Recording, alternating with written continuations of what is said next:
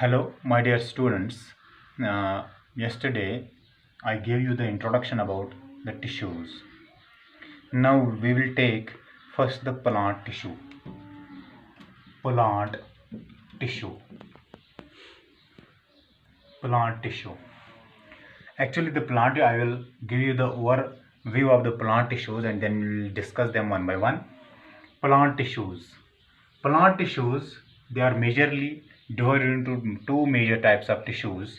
Number one is meristematic tissue, meristematic meristematic tissue, and number second is permanent tissue.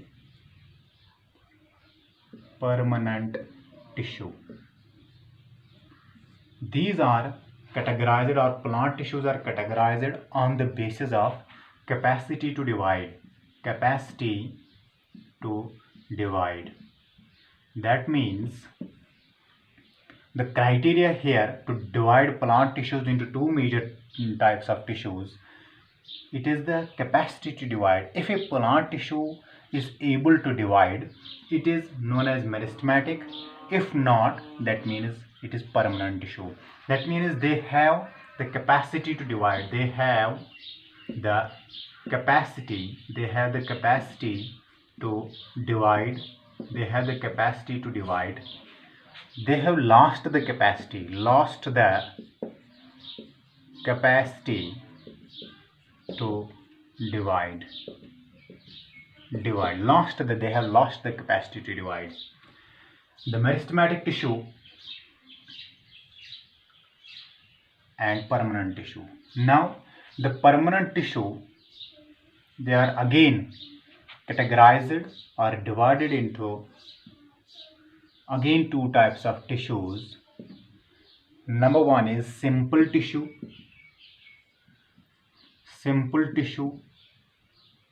and number second is complex tissue.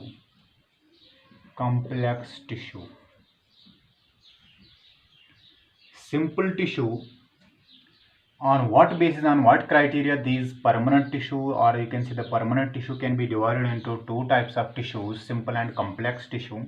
The criteria here is that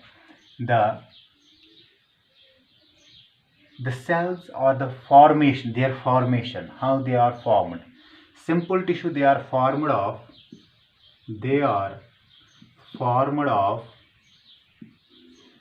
single cell. Only one type of cell is present in simple tissues, and more than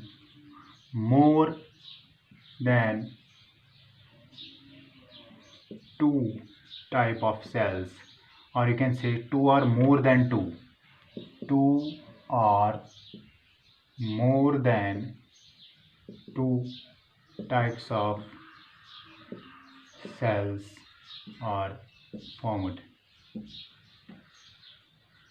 Cells form the complex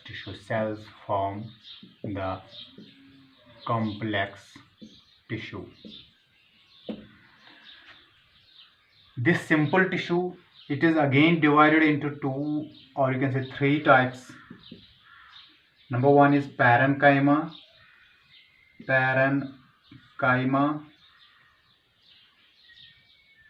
Number second is collenchyma.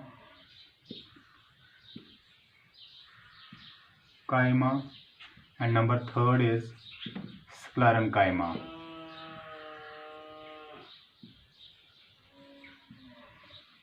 These are the three types of simple tissues. It is examples of simple tissues: parenchyma, it is not parenchyma, it is parenchyma, collenchyma, sclerenchyma. These are the three types of tissues which are categorized in simple tissue. Why? Because they are formed of single cells. Now the complex tissue, if we look towards the complex tissue, they are again divided into two types of tissues, or two types of these complex tissues. Number one is xylem and phloem. These are The examples of complex tissue, why they are complex? Because they are formed of two or more than two types of cells. This is the overview, or you can say overview of the plant tissues which we have to deal with in this lesson one by one. First, I will explain you a very important characteristic of the plant tissue. Number one, here first we have described two tissues, meristematic and permanent. That means it has the capacity to divide, and permanent tissues, they have lost the capacity to divide. These permanent tissue and the meristematic tissue, you can say plant tissue is having a characteristic feature that is known as totipotency. Totipotency. It is the characteristic feature of plant cells. Totipotency. Totipotency. Totipotency means it is the ability of a cell or tissue to raise to a full individual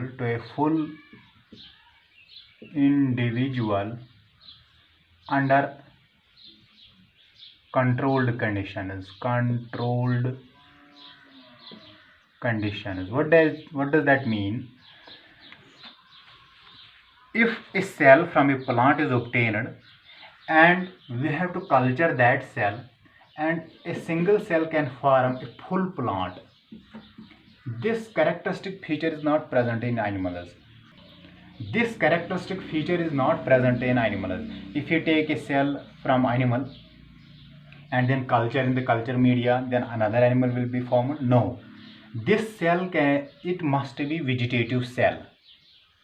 Vegetative cell means any cell which you can recover from a plant except the zygote cell or except the gamete sac cells.